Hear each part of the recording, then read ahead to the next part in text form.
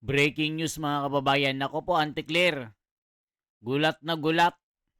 Hindi malaman kung ano ang kanyang isasagot. Nagulat din si BBM na tila nanginginig. Ala, nako mga kababayan, yan ang sinasabi ng mga komento ng mga political observer. Grabe po itong declaration ni BP Sara bilang isa sa mga the most number one contender na maging presidente sa Pilipinas. Sinabi na natatakbo ito. Malacanang nataranta. Nagkahetot-hetot si Auntie Claire dito sa interview na ito sa presscon. Yan kasi yung sinasabi ng mga tao. Grabe ito mga kababayan. Ang daming natuwa. Ang daming napalundag na mga Pilipino. This is it, pansit. Tago na mga ito. Takbo doon, takbo dito. Halaka, mga kababayan ko, ito na po. Tanong mula kay Ivan Mayrina, GMA7. Good morning, Yusek Claire. Vice President Sara Duterte has declared her intention to run for president in the 2028 elections. What does the palace have to say about this? Good luck. Good luck. Good luck. Have you spoken to the president about this development at ano pong sabi niya? Nadinig niya po. At ang sabi niya po ay good luck. Yun lamang po. At nadinig niya po ang mga sinabi na pinagsisisihan at humihingi ng patawaran itong sa Vice Presidente. At yun nga po, may mga bahagi nga yung kanyang pahayag that the palace might want to respond to. Unang-una, if I may quote, sa unang mga buwan ng aming mga termino, nakita ko na ang kawalan ng katapatan ni Bongbong Marcos Jr. sa mga pangako binitiwan ng kampanya. At kasunod po nito, humingi siya ng patawad kung tinulungan daw niyang mahalal si BBM bilang Pangulo. Okay, isa-isahin natin. Mas maganda po yan. Humingi siya ng kapatawaran dahil Ayan mga kababayan, dito iiyak si Auntie Claire. Sinasabihan si BP Sara na wag daw solohin ang credit dahil nanalo daw si BBM ng sariling sikap na tila walang ambag itong si BP Sara sa kanyang pagkapanalo. Kaya sabi ni Auntie Claire, hop, maghinay-hinay ka BP Sara. Hindi ikaw ang nagpanalo kay BBM. Ala ka, mga kababayan ko. Yung kasi ang sinasabi ng mga komento, mga kababayan, na tila nagmamalaki itong si Auntie Claire na nanalo si Bongbong Marcos nang dahil wala pong tulong si Sara. Hala ka. tinulungan niya sa pangangampanya. Tandaan po natin, ang taong bayan ang naghalal kay Pangulong Marcos Jr. Kung ano man po ang natulong niya, pareho naman po sila nagtulungan dahil ito ay unity team. Kaya wag niya pong solohin ang credit kung nanalo man ang Pangulo. At nakikita ngayon ng Pangulo, at rather ng mga kababayan natin, kung sino ba nagtatrabaho. Isang working president compared sa vice presidente. Isa pa Ayun mga kababayan, nako po, galit na galit sa Auntie Claire mga kababayan. Di mo ba alam yung kwento, Auntie Claire, na nagmamakaawa si Manang Aimee at si BBM na ikaw na lang maging vice presidente, huwag ka nang tumakbo sa pagkapangulo, si BBM na lang muna, saka ka na muna. Hala ka, mga kababayan ko, hindi alam ni Auntie Claire yung kwentong yon. pa ho. Again, if I may quote, di ko kinaya maging bahagi ng 2025 budget na tadtad ng katiwalian. Pinili kong umalis sa gabinete kahit alam ko na since 2023 ang magiging kapalit ang aking impeachment. Hala ka. Pinag-uusapan po ba ang korupsyon, ang katiwalian? Siguro po dapat mauna muna na ihingi niya ng tawad kung ano man ang mga issue ng korupsyon at katiwalian at di umanong paglulustay ng confidential funds ng kanyang dalawang opisina at the time, OVP at ng DepEd. Oh, ayan na naman si Auntie Claire, banat na naman ang banat. Hindi mo alam, sinabi na ng COA. Malinis si BP Sara sa kanyang financial statement. Banat ka ng banat, mamaya masusuplak ka na naman ni Sara. Confi ka ng confi. Confidential fund, abogado ka pa naman. Tapos pag tinanong itong confi ni BBM, sasabihin mo confidential ito. Hindi na ito kahit wala ng resibo. O, tignan nyo mga kababayan. Yan po ang mga sinasabi ng mga political observer dito na laging sino pa bang ipagtatanggol nito mga kababayan? Siyempre, alam na. Kung meron pang napipintong impeachment, ito po ay dahil sa kanyang kagagawan mismo. Kung wala naman siyang ginawa na mga maanumalya at labag sa konstitusyon, hindi naman po siguro siya masasampahan ng mga impeachment complaints. O yan sinasabi niya, labag daw sa konstitusyon. Pero sabi ng Korte Suprema, wala namang nilabag si Sara Duterte. Wala namang impeachment na nag-get through. Laging bagsak si Inidoro. Halaka, mga kababayan ko sa Anticlear, hindi updated. Pero dapat tandaan po natin, balikan po natin. Dahil sasabi niya para ma-shield siya Wow. sa mga impeachment complaints. Hindi po basta-basta ito dapat mahadlangan ng anumang pagreklamo laban sa kanya. Sinabi niya kanina na hiningi niya ng tawad dahil nalulunod tayo sa baha. Pero tandaan po natin, ilan po bang flood control projects merong itinatag? Di umano ang kanyang ama. 13,917. O kita nyo mga kababayan na magbabalita, hindi naman sigurado, di umano. Ibig sabihin yan, gossip yan, Anticlear. Yung sinasabi mo, hindi ka sigurado, chismis lang. Ikaw yung nagsasabi ng chismisan dito, halaka. Na flood control projects na mukhang hindi naramdaman.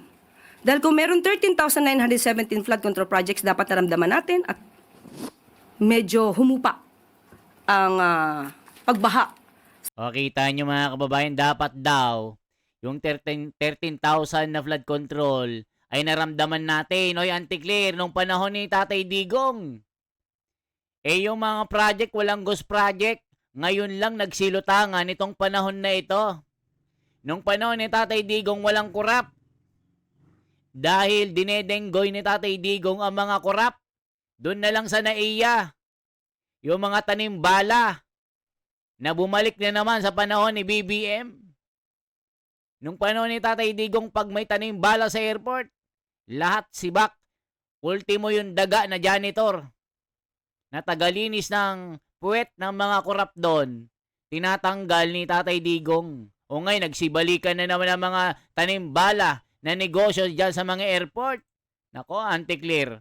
Sa Pilipinas. Huwag niya rin pong kalimutan. Ato, akin pong kinuha ng mga report. 2016, meron pong local lane na bagyo na Nina na nagdulot din ng pagbaha. 2017, Orduha. 2018, Ompong. Nagkaroon ng massive landslide sa Benguet. 2019, Tisoy. 2020, Ambo. Lahat po ito ay may pagbaha. Taong 2020, Rolly. Ito po ang strongest landfalling typhoon noong 2020. Nandyan din po ang Ulysses, Odette, at Agaton. So, hindi po pwedeng magmalinis na wala nangyaring pagbabaha sa panahon ng kanyang ama. At nandito pa rin po ang ibang report at aking ipapakita. Alam mo, Anticlear, may bahaman noon, hindi gaya ngayon, na walang mga project. May budget ang mga project sa flood control sa DPWH, ang daming kontraktor na yumaman. Diba mga kababayan, kaya halata itong ginawa nila na pangongorap samantalang kay Tatay Digong walang ghost project. Bumabahaman pero agad-agad nawawala at talagang may action agad pero ngayon wala. Yan ang sabi ng mga political observer mga kababayan. 2021, nagkaroon po ng malawakang pagbaha sa Davao City kahit walang bagyo.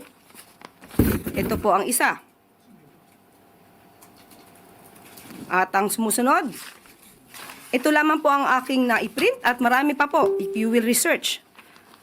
Duterte's sluggish typhoon Reich recovery spending. Ayan po ang nangyari. Taong 2021. Hindi niya po makakaila ang mga pangyayaring ito. Kaya huwag niyang ipahid lamang sa Pangulo ang sasabing pagbabaha. Dahil kung meron pong naganap na mga build, at kung talagang walang ghost projects ang dating nakaraang administrasyon, hindi natin mararanasan ang ganitong klaseng pagbabaha. O kita nyo mga kababayan, nung panahon ni Tatay Digong, grabe, kaliwat kanan ang mga project. Manila Bay pa lang ang kanyang legasiya mula naging basura na amoy pusali ng baboy, naging international na pasyalan na parang naging Boracay. Anong sinasabi mo na puro baha-baha si Tatay Digong? Hindi mo mabilang sa daliri ang kanyang mga nagawa. Ang daming mga project yung subway. Ang dami. Yan, itinigil yata ni BBM. Bali-balita, itinuloy na naman. Di ba ang dami. Walang ginawa itong si BBM na mga project. Ipinagyabang yung flood control. Ayun, na-overwhelmed daw. Ayan, kasi puro ghost project pala. Puro ninakaw ang mga budget. O anti-clear, ano? Yari, yan ang sinasabi ng mga komento, mga kababayan. 2018, faced with disaster, Duterte falls from view. Ito po, at that time, ay wala at hindi makita ang dating Pangulong Duterte. So, ang mga issue pong ito, marami pa po siyang dapat na ihingi ng tawad. Akin pong i-enumerate. At mukhang nakalimutan niya itong ihingi ng tawad. Una po, mas dapat niyang inunang humingi ng tawad sa taong bayan, lalong-lalo na sa mga biktima ng EJK. Dapat niya rin pong ihingi ng tawad at nakalimutan niya nang siya ay magsabing mayroon siyang kilalang assassin at handa siyang magpapatay. Kita nyo kung ano-ano na naman ang binibintang ni Auntie Claire. Di ba mga kababayan, abogado ito pero hindi alam yung sinasabi mga kababayan. Di ba? Kayo na humusga ha kung ito sa Auntie Claire, legit po ito. Kung legit, kung hindi nag-aano ng mga fake news ito. Nako po mga kababayan ko, ituloy pa natin. At ang assassin na to ay nag-agree or sumang-ayon sa kanyang plano. Dapat ihingi niya rin ng tawad ang mga fake news na ibinandera niya sa taong bayan. Ipaghingi rin niya po ng tawad ang mga pagbabakasyon, personal trip. At itong taon na 2025 ay gumastos ng 7 million, if I'm not mistaken, 2025, gumastos ng 7 million for the staff and the security for her personal trips. Dapat po rin niyang ihingi ng tawad nang tinanggap niya ang pagiging sekretary ng DepEd kahit inamin niya na wala siyang kaalam-alam sa pagiging sekretary ng DepEd. At pati ang matatag curriculum ay hindi niya na-review dahil inamin niyang wala siyang alam. Malaking kasalanan po yan sa taong bayan. Ayan mga kababayan. Malaki daw na kasalanan sa taong bayan yung sinasabi ni Sara. Itong sinasabi at binabanggit ni Auntie Claire, yun daw ang ipagpatawad ni BP Sara, yung walang kaalam-alam. Halaka, grabe si Auntie Claire. At dapat din po niyang ihingi ng tawad ang puro paninira. Instead na siya ay magtrabaho at tumulong sa gobyerno. Matatandaan niyo siguro nung sinabi niyang siya ay may alam di umano na mapababa ang presyo ng bigas. Pero hindi niya gagawin dahil wala siyang balak tulungan ang Pangulo. Iyan po ay isang kasalanan sa bayan na dapat niyang ihingi ng tawad.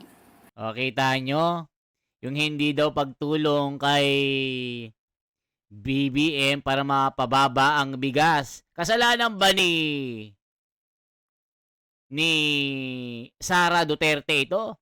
Kung hindi mapababa yung pangako niya na 20 pesos sa bigas. Bakit kasi? Pangako ng pangako, wala naman natutupad, Auntie Claire. Pangako ng pangako, walang natutupad. Puro panaginip, puro budol. Yan ang sabi ng mga political observer dito. Hindi ako yung nagsasabi, mga political observer, mga komento. Huwag kasing mangangako na hindi naman kayang ibigay. Ako po. Ihingi niya na rin po ng tawad yung mga fake na student vouchers na ngayon ay sabi ng DepEd ay umaabot na sa halagang 200 million pesos. Wow! Ihingi niya na rin po ng tawad ang mga panis at nabubulok na pagkain na i-deliver sa mga mag-aaral natin. Kita nyo mga kababayan? Yung flood control, Auntie Claire, ba't tahimik ka? Anong nangyari sa'yo? Yung trilyon-trilyon na nawala sa kaban ng bayan, anong ginawa mo? Nag-imik ka ba? May mga banat ka ba sa mga vlog mo? Wala, Auntie Claire. Simula ng naging palace person ka or spokesperson ka ng palasyo, wala nang magandang lumabas sa bibig mo, kundi paninira sa mga Duterte. Lahat ng mga sinasabi mo, bumabalandra sa pagmumuka mo. Yan ang sinasabi ng mga komento. Tignan nyo. Auntie Claire, lahat ng mga sinasabi mo, bumabandera sa mukha mo. Hala ka. The best talaga. Banat mo, Auntie Claire, sabi ni Trace. Good luck to us dahil makukulong na ang mga kawatan sa flood control. Hala ka. Gigil na gigil siya, Auntie Claire. Sabi ni Albert Bertulfo. Galing mo, madam. Good luck, simple answer. Hala ka. Sigurado lahat na malalaking negosyante sa buong Pilipinas aalis ng bansa kapag si Lustay ay tumakbong presidente. Hala ka. Puro na lang paninira, hindi ka manalo kung kaya kayo ni BBM ang maglaban. Hala ka. I agree, big true sa mga sinabi ni Yusek Claire. Mga tangalista ito, alam na this. Mga kababayan, Pati po yung mga missing school materials na hindi na-deliver sa mga estudyante. Ilan lamang po yan sa dapat niyang ihingi ng tawad sa bayan. USEC Senator Risa recently said that the opposition isn't sure yet whether they would need to form an alliance with the president's camp to slay the vice president's candidacy in 2028. Is the administration open to the idea of forming an alliance with the Sa ngayon, hindi pa po yan na pag-uusapan. Meron nga po tayong kasabihan at ito'y nabanggit ko na. Ang pagkakaiba ng politician at ng statesman. Ang politician, ang iniisip, ang susunod na eleksyon. Ang statesman, ang iniisip, ang susunod na henerasyon. Sa ngayon po ay wala pa po na pag-uusapan at kung meron pong magiging update patungkol po dyan, ay ibibigay po agad namin sa inyo. Sunod na tanong mula kay Marisol Halili, TV5. Yusek, magandang umaga. Just one question po. Nabanggit nga kasi kanina ni VP Sara na patawad kung natulungan niyang manalo si PBBM. Is the President also feel the same way? Does the President also feel the same way? Na Na ihingi niya ng sorry tawad. dahil naging kapartner niya, katandem niya si VP Sara during the campaign? Malamang hindi naman po alam ng Pangulo na ang kanya magiging presidente ay puro bakasyon. At mga Vice Presidente na puro bakasyon. Vice Presidente na hindi siya tutulungan. Vice Presidente na ang magiging trabaho ay manira sa gobyerno. Hindi naman niya pagsisisihan kung ano nangyari. Ang gagawin lamang po ng Pangulo ay magtrabaho. ayan mga kababayan, Auntie Claire, parang wala kang logic. Alam mo kung bakit? Hindi mo nababanggit itong paghuli kay PRRD. Anong ginawa ni BBM? Ibinenta sa ICC. Pinagtulungan ng kaalyado ni BBM. Yung tatlong nag-group effort. Winalangya ang soberanya ng Pilipinas. Iniskip ang mga lokal na hukuman sa ating bansa para litisin si Tatay Digong. Anong ginawa nyo? Dinala agad sa dahig. Hindi pa guilty, nakakulong na. Anong gagawin ni Sara? Hindi niya iisipin yung tatay niya. Samantalang si BBM, yung tatay niya na si Marcos Sr. Halos 40 years o 4 na dekada na pinagdebatihan, pinagtalunan ng Pinklawan, Dilawan. Sila Kiko Pangilinan, sila Risa Hontiveros, sila De Lima, sila Jokno, mga dilawang mga anti-Marcos. Dinibate nila si Tatay Digong na wag ilibing sa libingan ng mga bayani. Pero sabi ni Tatay Digong, bayani yan, isang sundalo yan, ilibing yan, agad-agad. Anong ginagawa ni Tatay Digong? Pinalibing niya. Ayan, nakahimlay na sa libingan ng mga bayani. Pero anong ginawa niya kay Tatay Digong? Pinadakip sa ICC. You see the logic, Auntie Claire? Bakit ganyan ang mga resback ni Sara Duterte kay BBM? Isip-isip din, Auntie Claire. Bakit niya nagagawa yan? 'Di ba? Sinong nag-traitor sa bayan? Oh. Itanong mo sa isip mo kasi abogado ka. Yan po yung sinabi na Arnolfo, tigasin.